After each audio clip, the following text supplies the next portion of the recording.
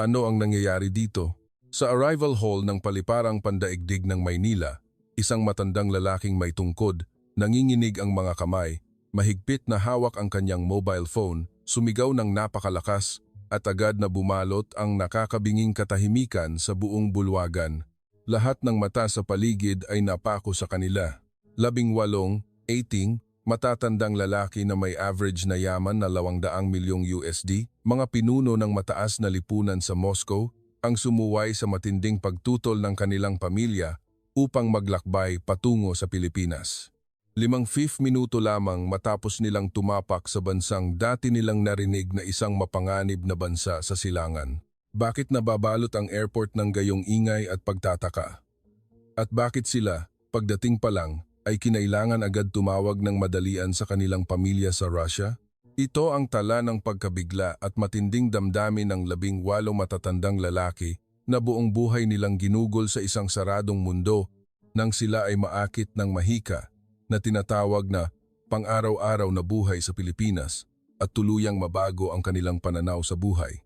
Ang katotohanan sa likod ng kaguluhan sa airport na minsang pinag-usapan ng buong mundo ay ihahayag na ngayon.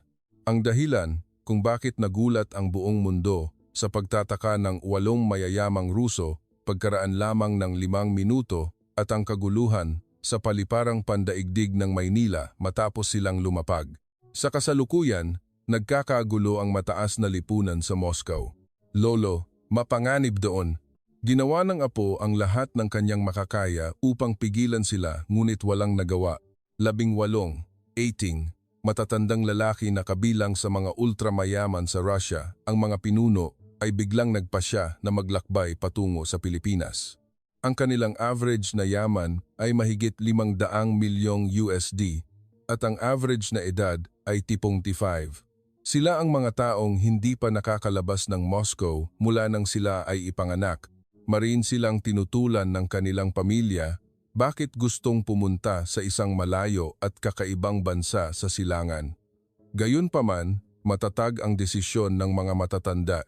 Sa huli, sa arrival hall ng paliparang pandaigdig ng Maynila, sabay-sabay na huminto ang 18 matatandang lalaki.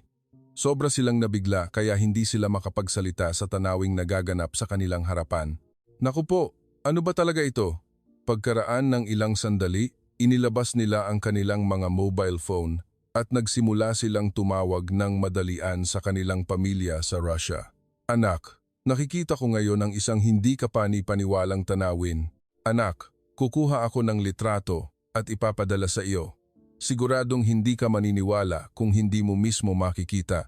Ano nga ba ang nangyari? Ngayon, pakinggan natin ang isang kamanghamanghang linggo na direktang isinulat ni Olga Petrova, isang dalubhasa sa paglalakbay mula Russia.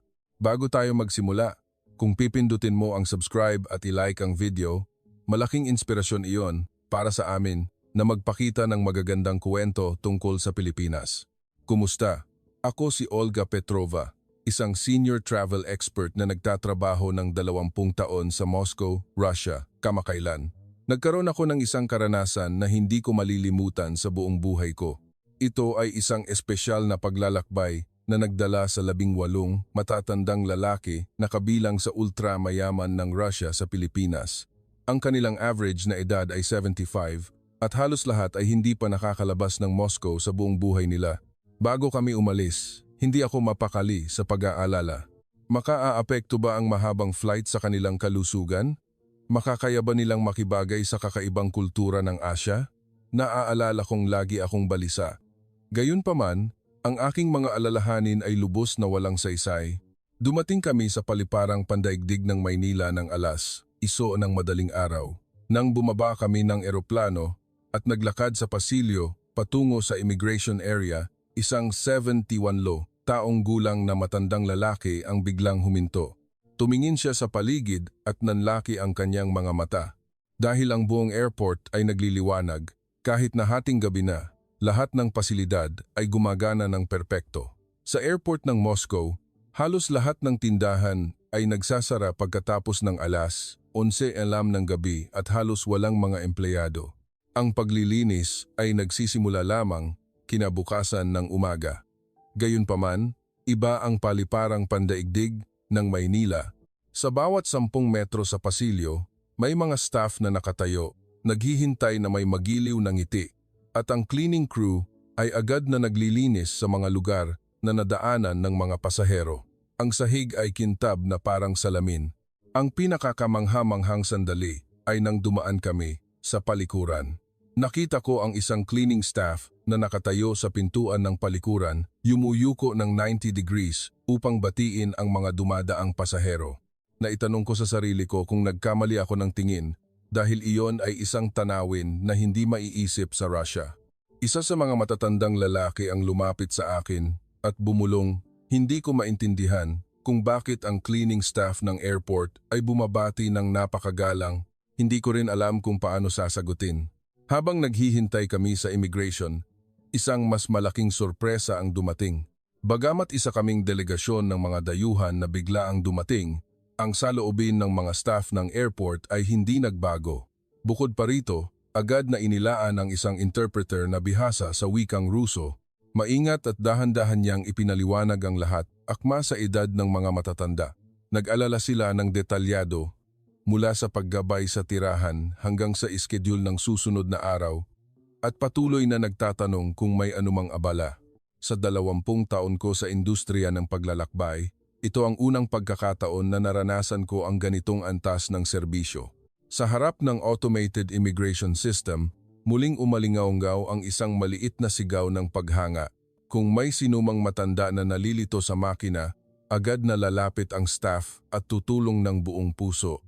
Sa screen, ganap na ipinapakita ang iba't ibang wika, kabilang ang Ruso. Isang matandang lalaki na dating inhinyero ang nagsabi sa akin matapos gamitin ang automated system, ang sistema ay dinisenyo na madaling gamitin at intuitive maging para sa mga dayuhan. Sa Moscow, nasa yugto pa lang ito ng pagsubok, ngunit sa Pilipinas, ganap na itong naging bahagi ng pang-araw-araw na buhay. Lubos siyang nagulat. Nang dumating kami sa luggage claim area, ganoon din ang lahat. Ang lokasyon ng bagahe ay ipinapakita ng real-time sa isang malaking screen. Sa Russia, ang paghahanap ng bagahe ay madalas na tumatagal ng 1 oras. Ngunit dito, ang lahat ay nangyayari ng tumpak at mabilis. Ang conveyor belt ay umiikot ng tahimik at maayos, at bawat piraso ng bagahe ay may tracking system, halos imposibleng mawala.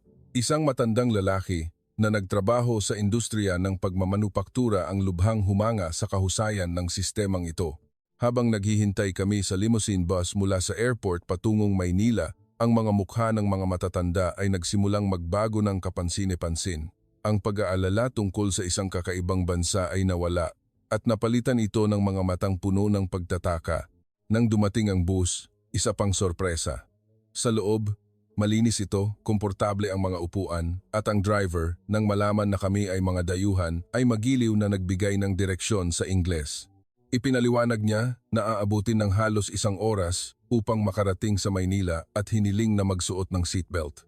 Nang umandar ang sasakyan, lumitaw ang tanawin sa labas ng bintana. Kahit na gabi na, maliwanag pa rin ang mga kalsada at maayos ang takbo ng mga sasakyan. Ang mga kalsada sa Moscow sa gabi ay madalas na madilim at tila mapanganib, ngunit dito, lubos itong kakaiba.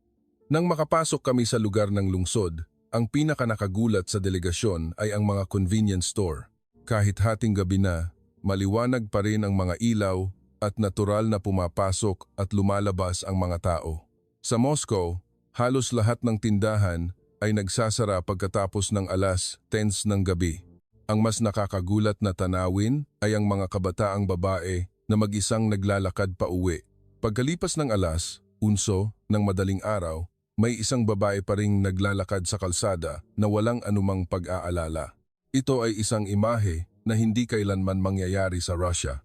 Isang matandang babae sa grupo ang tumingin sa bintana at nagsabi, "Isang bansa kung saan ang mga babae ay maaaring maglakad ng mag-isa sa gabi, ito ang tunay na bansang maunlad." Tumango rin ang iba bilang pagsang-ayon. Habang papalapit kami sa sentro ng lungsod, parami ang matatayog na gusali na lumilitaw. Sa gabi, ang tanawin mula sa tulay na bumabagtas sa malaking ilog ay nakamamangha. Mas enggrande at moderno ito kaysa sa anumang lungsod sa Europa. Dumating kami sa hotel ng alas 2:30 ng madaling araw Ang nakakagulat ay ang lugar sa paligid ng hotel ay puno pa rin ng buhay. Ang mga 20 oras na kainan ay maliwanag at ang mga convenience store ay mayroon pa ring mga customer na pumapasok at lumalabas. Habang nagche-check-in, naranasan namin ang huling pagkabigla. Isinasaalang-alang ng receptionist ang edad ng mga matatanda at inayos ang mga silid sa tahimik na palapag. Ipinaliwanag din nila ng detalyado ang oras ng almusal kinabukasan at ang mga kalapit na pasilidad. Sa elevator patungo sa aming mga silid, sinabi sa akin ng isang matandang lalaki, ang Pilipinas ay lubos na iba sa aking inaakala. Tumango rin ang iba, sinabi nila na kahit nagaling lang sila sa airport patungo sa hotel, naramdaman nilang parang nasa ibang mundo sila kumpara sa Russia. Hindi ako makatulog ng gabing iyon. Sabik akong naghintay sa mga karanasan na mararanasan namin kasama ang mga matatanda sa mga darating na araw. Noon, hindi ko maisip kung anong mga sorpresa pa ang ihahandog sa amin ng Pilipinas. Kinabukasan ng umaga, o mas tumpak, ilang oras lamang pagkatapos, bandang 6:00 ng umaga, narinig ko ang ingay sa labas ng pasilyo. 7 matatandang lalaki na hindi nakatulog dahil sa jet lag ay gising na. Sinabi nilang gutom sila. Nalito ako. Akala ko hindi madaling makahanap ng kainan na bukas sa ganitong oras. Sa Moscow, napakahirap makahanap ng tindahan na bukas bago ang 8:00 ng umaga. Nang tanungin ko ang receptionist ng hotel, ngumiti ang staff at sumagot. Sa katabing gusali, may karinderya na bukas, 24 oras. Nagulat ako nang marinig na posibleng mag-almusal ng maaga. Sumama ako sa 7 matatanda sa kainan. Ang mga kalsada ng Maynila ay abala na ng maagang umaga. Nagmamadaling papasok ang mga empleyado sa opisina. Nagjo-jogging ang mga residente. May lumalabas sa convenience store. Napakatahimik ng maagang umaga sa Moscow, ngunit tila nagsisimula na ang bagong araw sa Maynila.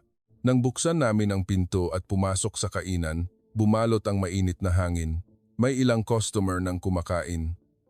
Isang lalaki sa gitnang edad ang nakaupo ng mag-isa, nagbabasa ng pahayagan at kumakain. Isang kabataang babae ang nagbukas ng laptop at nagtatrabaho. Ang matandang lalaki na dating ekonomista ay nanlaki ang mga mata sa menu dahil sa napakamurang presyo. Ang isang mangkok ng lugaw ay humigit kumulang 50 piso at ang isang portion ng pandesal ay humigit kumulang 20 piso. Kung ikukumpara sa pera ng Russia, ito ay isang hindi kapani-paniwalang presyo. Ang may-ari ng kainan, nang makita na kami ay mga dayuhan, ay hindi nagulat. Ipinaliwanag niya ang menu sa Ingles at nagmungkahi ng mga pagkaing madaling kainin para sa mga matatanda. Sinabi pa niya na maaaring gawing hindi gaanong maalat o maanghang para sa mga hindi sanay sa maanghang na pagkain. Ang bilis ng paglabas ng order ay nakakamangha rin. 5 minuto lamang matapos mag-order, lahat ng pagkain ay nakahanda na sa mesa. Arroz caldo, tapsilog, pansit canton, lumpiang Shanghai, iba't ibang klase. Ang mga matatanda ay nagtataka at nag-aalala nang makita nila ang mga pagkaing Filipino sa unang pagkakataon. Ang pinaka-naka-impluwensya ay ang mangkok ng arroz caldo. Isang matandang lalaki ang dahan-dahang tumikim ng isang subo at agad na sumigla ang kanyang mukha. Bagamat simple lang ang tingnan, malalim ang lasa, malinamnam ang sabaw, malambot ang manok at tama ang alat. Mabilis niyang naubos ang arroz caldo. Sinabi niya na hindi siya makakahanap ng ganitong kasarap na pagkain sa ganoong presyo sa Moscow. Patuloy din na tumango ang iba at abala sa pagkain. Nang matapos kaming kumain at magbayad, muli kaming nagulat. 7 tao ang nabusog. Ngunit ang kabuuan ay hindi umabot sa 500 piso. Ibinigay ng may-ari ng kainan ang sukli hanggang sa huling sentimo ng tumpak at sinabi, "Sana, magkita tayong muli." Tinanong niya kung akma sa aming panlasa ang pagkaing Filipino at nagmungkahi pa ng iba pang pagkaing dapat subukan. Ang ganitong pagiging maalalahanin ay mahirap hanapin sa mga kainan sa Russia kung saan ang mga staff ay madalas na malamig at mabagal ang serbisyo. Nang umalis kami sa kainan, patuloy na nagpupuri ang mga matatanda. Sinabi nila na masarap ang pagkain, mura ang presyo at mahusay ang serbisyo. Pauwi sa hotel, dumaan kami sa convenience store dahil may gustong bumili ng merienda. Pagpasok sa convenience store, isa pang sorpresa ang naghihintay. Bagamat isang ordinaryong tindahan, sa loob ay malinis na parang isang shopping mall at puno ng iba't ibang produkto. Ang mas nakakagulat pa ay ang versatility ng convenience store. Hindi lamang nagbebenta ng produkto, kundi maaari ring magpadala ng pakete, magbayad ng bill, at magsagawa ng mga pangunahing transaksyon sa bangko. Sa Russia, ang mga grocery store ay nagbebenta lamang ng simpleng pagkain, ngunit ang convenience store sa Pilipinas ay parang isang maliit na supermarket. Pumili ang mga matatanda ng kanilang paboritong merienda at candy. Nagtataka silang tiningnan ng iba't ibang candy at inumin ng Pilipinas. Partikular, ang mga fruit milk ay lubhang popular dahil nakalagay ito sa mga kahon na may kakaibang hugis na hindi pa nila nakikita sa Russia. Sa counter, umalingaw-ngaw muli ang mga bulong ng paghanga, napakabilis ng proseso ng pagbabayad at napakapalakaibigan ng mga staff. Hindi siya nagpakita ng pagkaasiwa nang makita kaming mga dayuhan. Sa halip, binati nila kami sa Ingles at tinanggap kami sa Pilipinas. Nang umalis sa convenience store, sinabi ng isang matandang lalaki, ang Pilipinas ay isang 24 oras na bansa ng kaginhawaan. Nagulat siya dahil ang lahat ng pangangailangan ay maaaring matugunan anumang oras. Pauwi sa hotel, ang kalinisan ng lungsod ay nakaimpluwensya rin. Walang anumang basura, lahat ay malinis. Ang imahe ng mga residente na naglilinis mula sa maagang umaga ay lumitaw. Tila ang buong lungsod ay gumagana bilang isang buhay na organismo. Sa Moscow, ang mga tourist area lamang ang malinis, habang ang mga residential area ay madalas na marumi, ngunit iba ang Maynila. Nang makarating kami sa lobby ng hotel, gising na rin ang iba pang matatandang lalaki. Nang makita kaming lumabas ng maaga, lahat sila ay naiinggit. Sinabi nilang sa susunod, kailangan naming isama sila. Kinabukasan ng umaga, ang karanasan sa maagang almusal ay nag-iwan ng malalim na unang impresyon tungkol sa Pilipinas sa isip ng buong delegasyon. Bandang alas 9 ng umaga, sinimulan namin ang aming opisyal na paglalakbay upang tuklasin ang Maynila. Ang unang destinasyon ay isang malaking parke na iminungkahi ng staff ng hotel na nagsasabing iyon ang pinakamagandang lugar upang makita ang pang-araw-araw na buhay ng mga tao. Ang paglalakbay sa pamamagitan ng tren, ang MRT, ay isang bagong karanasan din para sa mga matatanda. Halos lahat sila ay gumamit lamang ng pribadong sasakyan sa buong buhay nila. Pagpasok sa istasyon ng MRT, nagulat ang buong grupo dahil napakalinis ng loob ng istasyon. Ang sahig ay kintab na kintab, walang anumang gasgas sa dingding. Lubos na iba sa madilim at lumang pakiramdam ng Moscow subway. Sumakay kami sa escalator pababa sa platform. Ang mga pasilidad sa ilalim ng lupa ay perpektong kagamitan. Napakahusay ng sistema ng bentilasyon kaya walang pakiramdam na nasa ilalim ng lupa. Sa platform, dahil lampas na sa rush hour, hindi gaanong karami ang tao. Gayunpaman, ang imahe ng mga tao doon ay nakakamangha.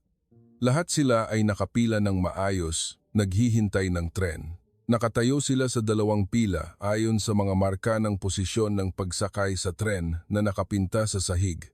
Tiningnan ng mga matatanda ang electronic board at humanga dahil ipinapakita nito ng tumpak. Kung ilang minuto na lang, darating ang susunod na tren. Tumpak hanggang sa segundo. Ang matandang lalaki na dating rail engineer ay tumingin sa kanyang relo at tiningnan. Totoong dumating ang tren ayon sa oras na iyon. Nang dumating ang tren, mas nakakamangha ang ginawa ng mga tao. Nang bumukas ang pinto, umurong ang mga tao sa magkabilang gilid upang bigyan ng daan ang mga unang bababa. Matapos bumaba ang lahat, maayos silang sumakay sa tren, walang siksikan o agawan. Ito ay isang tanawin na hindi makikita sa Moscow subway. Sa loob ng tren ay nakakagulat din. Napakalinis, walang anumang graffiti sa upuan, kintab ang sahig, maliwanag ang mga hawakan, mahusay ang aircon, malamig at kaunti ang ingay kaya madaling mag-usap. Isang matandang lalaki ang tumingin sa bintana at nagulat. Maari ring mag-internet sa loob ng tren.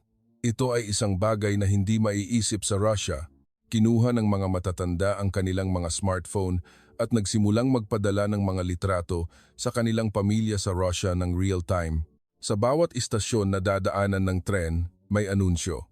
Ang mga anunsyo ay ginagawa ng sunod-sunod sa Filipino, Ingles at Mandarin. Iyon ay isang napakamaalalahaning sistema para sa mga dayuhan. Pagkatapos dumaan sa ilang istasyon, isang buntis na babae ang sumakay sa tren. Ang sandaling iyon ang pinaka nakakagulat. 3 kabataang lalaki na tila nasa edad 20 ay halos sabay-sabay na tumayo upang ibigay ang kanilang upuan. Nagbigayan pa sila. Mauna ka nang umupo, kuya. Nagpasalamat ang buntis at umupo sa isang lugar. Ang 2 natitirang kabataan ay piniling tumayo. Nang masaksihan ito, namula ang mga mata ng 78 taong gulang na matandang lalaki. Sinabi niya na hindi ito kailanman mangyayari sa Russia. Sa halip, kung minsan ay nagkakaroon pa ng pagtatalo dahil sa pag-aagawan ng lugar, sinabi niya na naramdaman niya ang malalim na pagiging maalalahanin ng kabataan ng Pilipinas. Ang atmosfera sa loob ng tren ay napaka-espesyal din. Ang mga nag-uusap ay nagpapababa rin ng kanilang boses. Halos lahat ay tahimik na tumitingin sa kanilang telepono o nagbabasa ng libro. Walang nakikitang maingay na pagtawag sa telepono o pagkain. Sa Moscow subway, madalas makita ang mga taong nagsasalita ng malakas o kumakain, ngunit iba ang Maynila. Ang kamalayan sa tamang pag-uugali sa pampublikong lugar ay natural na naipasok. Nang makarating sa destinasyon, ang buong grupo ay hindi mapigilan ang pagpuri. Sinabi nila na hindi lamang ito isang paraan ng transportasyon, kundi isang espasyo na nagpapakita ng kamalayan ng mga mamamayan. Sinabi nila na sapat na ang sumakay ng MRT isang beses upang malaman ang antas ng lipunan ng Pilipinas. Nang tumapak sa lupa, naghiyawan ang buong grupo sa tanawin ng ilog na umaabot sa kanilang harapan. Ang malawak na ilog, ang parke sa magkabilang baybayin, at ang matatayog na gusali sa malayo ay bumubuo ng isang kahanga-hangang tanawin. Pagpasok sa parke, isang mas nakakagulat na tanawin ang naganap. Maraming residente ang nag-ehersisyo, may tumatakbo, may nagbibisikleta, iba't ibang uri. Napakakaiba na makakita ng napakaraming tao na nag-ehersisyo sa umaga ng isang ordinaryong araw. Ang mas nakaka-impluwensya pa ay ang mga pampublikong kagamitan sa pag-ehersisyo. Ang mga residente ay nagsasanay gamit ang mga kagamitan na nakakabit sa kahabaan ng ilog. Nagulat ang mga matatandang lalaki nang makita ang sign na nagsasaad na lahat ay maaaring gamitin ng libre sa Russia. Upang mag-ehersisyo ay kailangang magbayad upang pumunta sa gym, ngunit dito, libre ito. Lubos na iba ang konsepto ng mga pampublikong pasilidad. Isang matandang lalaki ang gumagamit ng kagamitan sa pag-ehersisyo. Sinabi ng 72 taong gulang na lalaki na bawat umaga ay nag-ehersisyo siya dito para sa kanyang kalusugan. Isa sa aming grupo ang naglakas loob na makipag-usap sa pamamagitan ng kilos. Hindi gaanong mahusay ang Ingles, ngunit nakapagkomunikasyon pa rin sila sa pamamagitan ng mainit na ngiti at palakaibigang saloobin. Naramdaman namin ang kabutihan ng mga Pilipino sa mga dayuhan. Naglakad kami sa bicycle lane at natuklasan namin ang isa pang kultura, iyon ay ang share bike system. Ipinaalam sa amin na madaling umarkila gamit ang smartphone. Sa Russia, mayroon ding katulad na sistema, ngunit mas maliit ang sukat. Ang share bike system sa Maynila ay may mga istasyon sa lahat ng dako, mukhang napaka-komportable. Tila ang buong lungsod ay dinisenyo para sa kaginhawaan ng mga residente. Umupo kami ng sandali sa isang bangko sa parke. Tiningnan namin ang paligid at nakita ang napakaraming pamilya na naglilibang. Ang ama ay nagbibisikleta kasama ang kanyang anak, ang ina ay nagtutulak ng stroller. Iyon ay isang imahe ng isang payapang pang-araw-araw na buhay. Ang partikular na nakaimpluwensya ay ang mga taong naglalakad ng aso. Lahat sila ay may tali at may dalang bag para sa dumi. Nakita ko ang isang lalaki na naglilinis ng dumi ng aso. Natural niya itong inilagay sa bag at inuwi. Isang matandang lalaki na dating kawani ng gobyerno ang lubhang humanga. Sinabi niya na napakataas talaga ng kamalayan ng mga mamamayan. Ang mga basurahan na nakakabit sa buong parke ay napaka-espesyal din. Ang paghihiwalay ng basura ay sistematikong ginagawa. Ang plastik, lata at mga basura ng bahay ay malinaw na pinaghihiwalay at tumpak na sinusunod ng mga residente. Sa Russia, ang konsepto ng paghihiwalay ng basura ay hindi pa karaniwan, ngunit sa Pilipinas, ito ay naging bahagi na ng buhay. Napansin namin ang napakataas na antas ng kamalayan sa kapaligiran. Pagdating ng tanghali, malapit sa parke, ay may mga convenience store at maliliit na coffee shop. Bumili ang mga matatanda ng bento sa convenience store at umupo sa tabi ng ilog upang kumain. Walang sinumang nagkalat ng basura. Lahat ay nangongolekta ng basura upang ilagay sa basurahan. Isang matandang babae ang nagsabi, "Ang laki ng parke na ito, ngunit walang ni isang piraso ng basura." Sinabi niya na ang mga parke sa Russia tuwing weekend ay madalas na puno ng basura, ngunit ang parke na ito ay hindi. Ang mga residente mismo ang nagpapanatili ng kalinisan, halos walang makitang staff ng parke, ngunit nananatiling perpektong malinis ang parke. Nakita rin namin ang isang 70 taong gulang na matandang babae na nagjo-jogging mag-isa. Ito ay hindi maiisip sa Russia. Ang matatanda na nag-eehersisyo ng mag-isa sa parke ay nakakagulat na, at iyon ay patunay ng kaligtasan. Pagdating ng hapon, umalis kami sa parke. Sinabi ng mga matatanda na hindi nila malilimutan ang tanawing nakita nila sa parke. Sinabi nila na ang kultura ng kaligtasan, kalinisan, at ang pagiging maalalahanin ng bawat isa ang pinakamalaking impresyon. Kinagabihan ng gabing iyon, isang hindi inaasahang insidente ang nangyari. Isang 74 taong gulang na matandang lalaki sa grupo ang biglang sumakit ang dibdib. Dahil mayroon siyang kasaysayan ng high blood pressure, nataranta ako. Agad akong humingi ng tulong sa receptionist ng hotel at ginabayan kami ng staff sa pinakamalapit na ospital. Habang papunta sa ospital sakay ng taxi, lumalaki ang pag-aalala sa akin. Nag-aalala ako kung ang isang dayuhan ay makakakuha ng maayos na paggamot sa isang ospital sa Pilipinas. Ang sandaling dumating kami sa emergency room ng ospital, nawala ang pag-aalala na iyon. Naintindihan ng nurse sa reception ang sitwasyon sa maayos na Ingles. At ang nakakagulat, agad na inilaan ng isang interpreter na bihasa sa wikang Ruso. Maging sa Moscow Hospital, upang makakuha ng serbisyong interpreter ng banyaga, kailangan naming mag-book ng kahit isang araw bago pa man.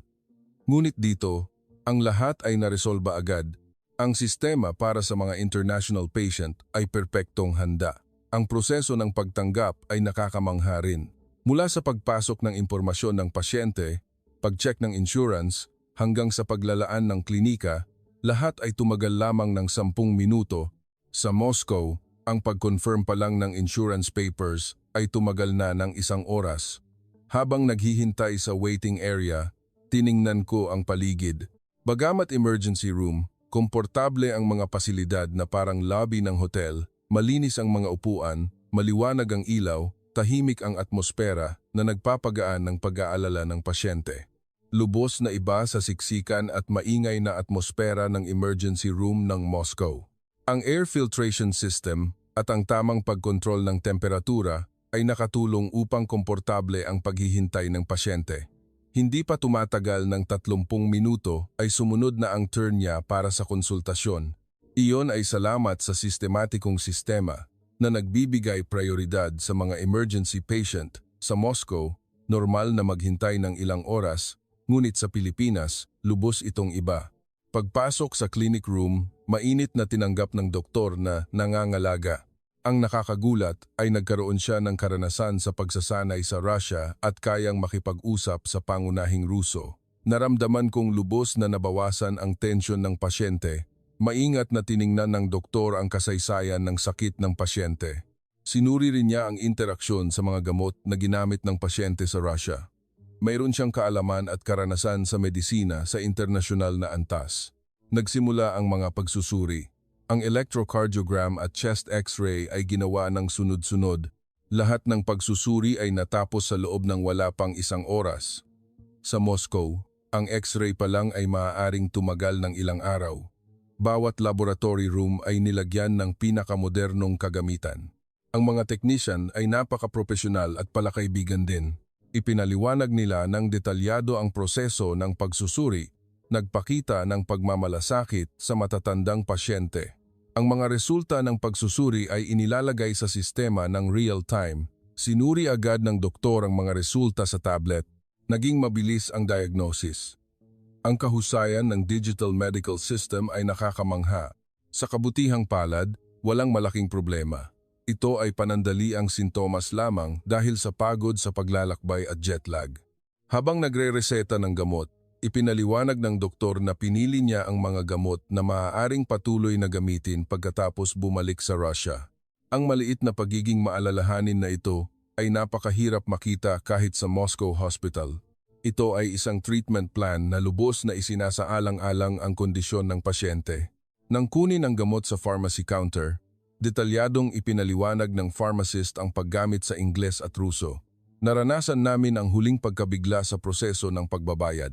Ang kabuuang halaga, kabilang ang emergency consultation, mga pagsusuri at iniresetang gamot, ay humigit kumulang 3,500 piso. Ito ay isang napakababang presyo para sa isang pribadong serbisyong medikal. Iyon ang sandali na nagpatunay na ang Pilipinas ay lubos na nakahihigit sa Russia sa accessibility ng healthcare. Nang umalis sa ospital, sinabi ng mga kasamang matatanda sa kabuuan, mula sa pagpasok hanggang sa paglabas ay tumagal lamang ng 2 oras. Ito ay isang bilis na hindi maiisip sa Moscow.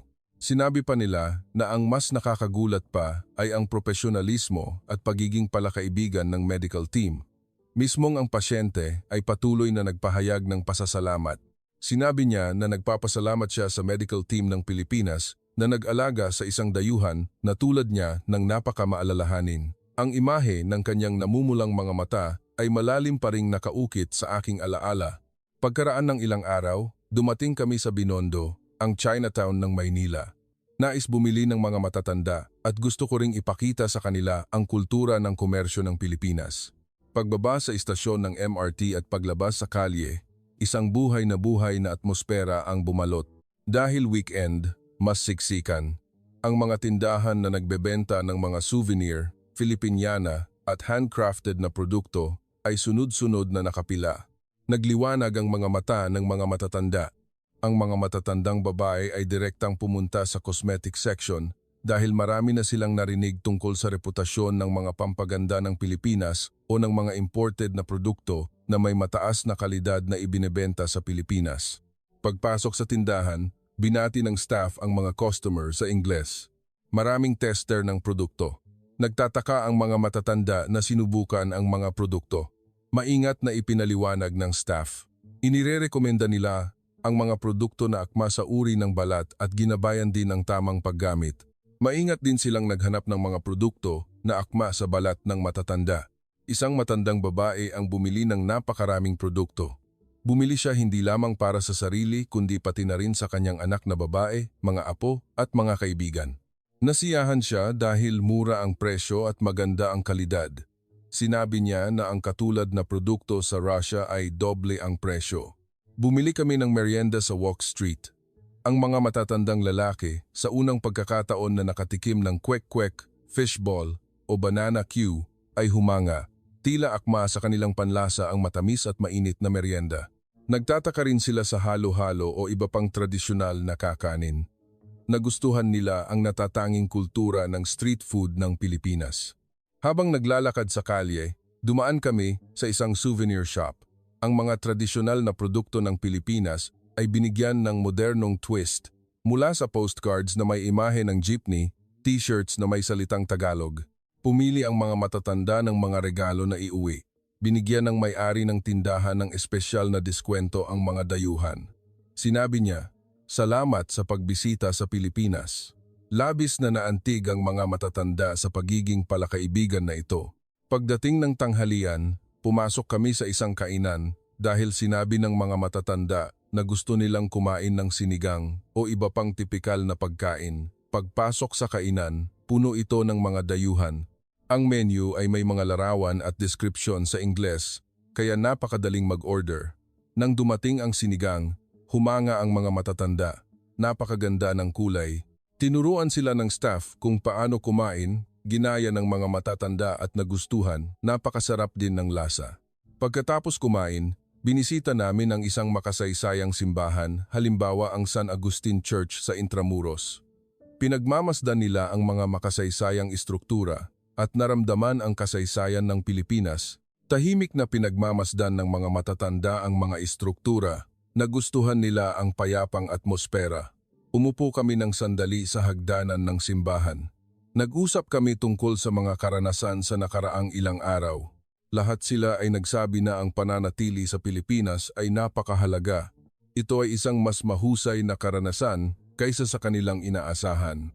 Isang matandang lalaki ang nagsabi, "Wala akong alam tungkol sa Pilipinas, ngunit ngayon, ito na ang bansa na aking mahal." Tumango rin ang iba. Sinabi nilang siguradong babalik sila at nais nilang manatili ng mas matagal. Pagdating ng huling umaga, maagang gumising ang mga matatanda at inayos ang kanilang bagahe dahil sa hapon ay kailangan na nilang pumunta sa airport. Habang nag-aalmusal, tahimik ang lahat at kitang-kita ang pakiramdam ng panghihinayang. Bago umalis sa hotel, kumuha kami ng souvenir photo sa lobby. Kumuha rin ng litrato ang staff ng hotel kasama kami. Nagpaalam kami sa mga staff na nakasama namin sa loob ng isang linggo. Ang atmosfera sa bus patungo sa airport ay lubos na iba kumpara sa pagdating namin. Sa halip na excitement, puno ito ng panghihinayang. Sinikap ng mga matatanda na tandaan ang mga imahe ng Maynila na dumadaan sa labas ng bintana. Dahan-dahang sinabi ng isang matandang babae, "Siguradong babalik ako sa loob ng isang taon." Sumang-ayon din ng iba. Sinabi nilang sa susunod ay gusto nilang manatili ng mas matagal. Dumating kami sa paliparang pandaigdig ng Maynila. Iyon ang lugar kung saan sila unang tumapak isang linggo na ang nakalipas, ngunit lubos nang nagbago ang damdamin ng mga matatanda. Sa halip na pagtataka at pag-asa, ito ay panghihinayang at pananabik. Namili sila sa huling pagkakataon sa duty-free shop. Bumili sila ng mga regalo para sa kanilang mga kaibigan at pamilya sa Russia mula sa mga Filipino sweets hanggang sa mga pampaganda, iba't ibang uri ng produkto. Naglakad sila sa buong duty-free shop sa loob ng 2 oras. Isang matandang lalaki ang bumili ng isang kahon ng Filipino instant noodles. Sinabi niya na gusto niyang matikman ang lasa ng Pilipinas kahit nasa Russia na siya. Ganoon din ang iba, bawat isa ay bumili ng kaunting paborito nilang pagkain ng Pilipinas. Nang papalapit na ang oras ng pagsakay, bumigat ang hakbang ng mga matatanda. Papunta sa boarding gate, isang matandang babae ang lumuha. Sinabi niya na napakaganda ng Pilipinas kaya ayaw niyang umalis. Kinuha namin ang huling litrato bago ang boarding gate. Lahat ng 18 ay sabay-sabay na sumigaw sa Filipino. "Salamat Pilipinas." Iyon ang salitang Filipino na natutunan nila sa loob ng isang linggo. Kinawayan din ng mga staff ng airport bilang paalam. Habang sumasakay sa eroplano, patuloy na lumingon ang mga matatanda sa likuran. Talagang nanghinayang silang magpaalam sa Pilipinas. Nang umupo sa kanilang mga upuan, nakatingin pa rin sila sa labas ng bintana na walang imik. Nang lumipad ang eroplano, sinabi ng isang matandang lalaki, "Ang isang linggo sa Pilipinas, ang pinakamahalagang panahon sa aking buhay. Sa loob ng 75 taon ng aking pagkabuhay. Ito ang unang pagkakataon na naranasan ko ang ganitong damdamin." Tumango rin ang iba pang matatandang lalaki. Sinabi nilang nakita nila mismo at naramdaman kung gaano kaganda ang Pilipinas. Sinabi nilang perpekto ang kahusayan ng sistema, ang kamalayan ng mga mamamayan, at higit sa lahat, ang mainit na puso ng mga tao. Sa buong mahabang flight pabalik sa Moscow, nagkukuwentuhan ang mga matatanda tungkol sa kanilang mga alaala sa Pilipinas. Bawat isa ay nagkukuwento tungkol sa kanilang pinaka-hindi malilimutang sandali. May nagkukuwento tungkol sa 24 oras na convenience store. May nagkukuwento tungkol sa karanasan sa MRT. Ang matandang lalaki na ginamot sa ospital ay walang tigil sa pagpuri sa sistema ng kalusugan ng Pilipinas. Ang mga matatandang babae na namili sa Binondo ay nagsabing gusto nilang bumalik. May nagsabing hindi niya malilimutan ang kagandahan ng parke. Para sa akin, ang biyaheng ito ay napaka-espesyal din. Sa 20 taon ko bilang tour guide, marami na akong napuntahan na bansa. Ngunit ito ang unang pagkakataon na nasiyahan ang mga customer sa ganitong antas. Mas naramdaman ko na ang Pilipinas ay isang tunay na kamangha-manghang bansa. Dumating kami sa Moscow kinabukasan ng umaga. Sinalubong kami ng mga pamilya. Nagsimulang magkuwento ang mga matatanda tungkol sa Pilipinas. Nang may labis na kasabikan, ang ekspresyon ng kanilang mga pamilya ay napalitan ng pagkabigla. Pagkaraan ng ilang araw, isang malaking pangyayari ang naganap. Isa sa mga matatandang lalaki ang nagsimulang mag-post ng mga litrato at video ng kanyang paglalakbay sa Pilipinas sa social media, ang malinis at magandang imahe ng paliparang pandaigdig ng Maynila, ang kaayusan ng MRT, ang tanawin ng parke, lahat ng uri ng nilalaman ay naging viral. Nagulat ang mga kaibigan ng mga matatanda sa Russia. Sinabi nilang hindi nila alam na ang Pilipinas ay isang bansang napakaunlad. Daang-daang komento ang natanggap, halos lahat ay gustong pumunta at makita mismo. Partikular, ang video tungkol sa karinderya ng alas, dosnong ng madaling araw ay naging tanyag.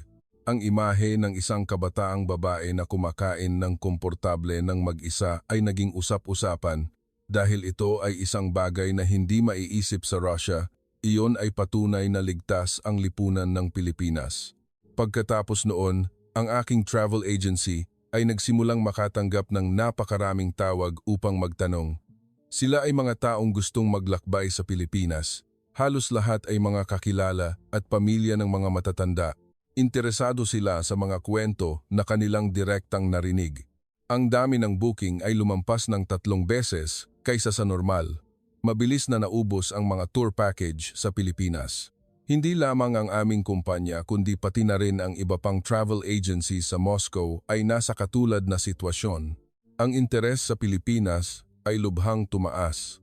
Ang mga matatandang lalaki na kalalabas lang mula sa Pilipinas ay nagkukuwento tungkol sa bansa tuwing may pagtitipon.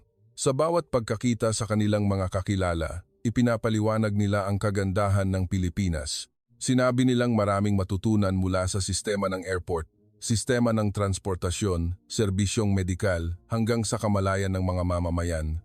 Nakatanggap din ako ng komunikasyon mula sa mga Ruso na naninirahan sa Pilipinas.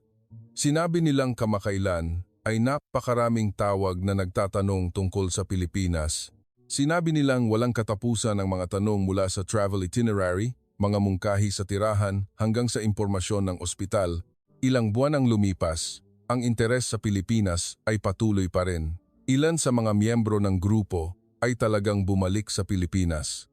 Sa pagkakataong ito, kasama nila ang kanilang pamilya. Sinabi nilang gusto nilang ipakita sa kanilang mga apo ang Pilipinas. Sinabi ng matandang lalaki na ginamot sa ospital na madalas siyang bibisita sa Pilipinas para sa kanyang regular na medical check-up sa isang ospital sa Pilipinas. Sinabi niya na nagtitiwala siya sa medical team ng Pilipinas. Sinabi ng mga matatandang babae na namili sa Binondo na nag-order sila ngayon ng mga produkto ng Pilipinas online. Patuloy pa rin silang bumibili ng mga pampaganda at pagkain ng Pilipinas. Inirerekomenda rin nila ito sa kanilang mga kaibigan sa paligid. Ako mismo, sinamantala ang pagkakataong ito upang bumuo ng mga produkto ng paglalakbay na dalubhasa sa Pilipinas. Ito ay isang programa na hindi lamang pagbisita, kundi pati na rin ang karanasan sa pang-araw-araw na buhay ng mga lokal na residente. Napakaraming tao ang nagpahayag ng interes. Ang Pilipinas ay hindi na isang kakaibang bansa para sa mga Ruso. Ito ay naging isang bansang dapat pag-aralan at dapat puntahan. Lalo na para sa henerasyon ng mga matatanda, ang Pilipinas ay naging isang espesyal na lugar na nagbibigay ng sorpresa at damdamin. Ang biyahe ng araw na iyon ay nagkaroon din ng malaking epekto sa aking buhay. Mas naintindihan ko ang Pilipinas at maipakilala ko ang tunay na mukha ng Pilipinas sa maraming tao. Iyon ang pinakamahalagang karanasan sa 20 taon ko sa turismo. Sa kasalukuyan, pinapanatili ko pa rin ang koneksyon sa mga matatandang lalaki na kasama ko sa biyaheng iyon. Lahat sila ay nagsabi na ang kanilang pagmamahal sa Pilipinas ay hindi nagbabago. Sinabi nilang balang araw ay gusto nilang bumalik sa Pilipinas at maranasan pa ang marami. Natutunan ko na kahit ang isang maliit na paglalakbay ay maaaring magdulot ng ganitong kalaking pagbabago. Ang kapangyarihan na taglay ng Pilipinas ay hindi lamang ang pag-unlad ng ekonomiya. Ito ay ang kahusayan ng sistema, ang kamalayan ng mga mamamayan, at higit sa lahat, ang mainit na puso ng mga tao. Sa hinaharap, gusto kong ipakilala ang Pilipinas sa mas marami pang Ruso. Gusto kong iparating kung gaano kaganda ang mukha ng Pilipinas na kanilang nakikita at direktang nararamdaman. Gusto kong maging isang maliit na tulay sa pagitan ng Pilipinas at Russia. Dito nagtatapos ang kwento ngayon. Ano ang nararamdaman mo tungkol sa kwento ng Pilipinas na nakita ng mga matatandang lalaki mula sa Moscow? Mag-iwan ng komento upang suportahan ang mga pangunahing karakter ng kwento. Kagagaling lang sa kwento mula sa channel na Damdamin. Kung nagustuhan mo ang kwento, pindutin ang like at subscribe sa channel. Salamat sa panonood.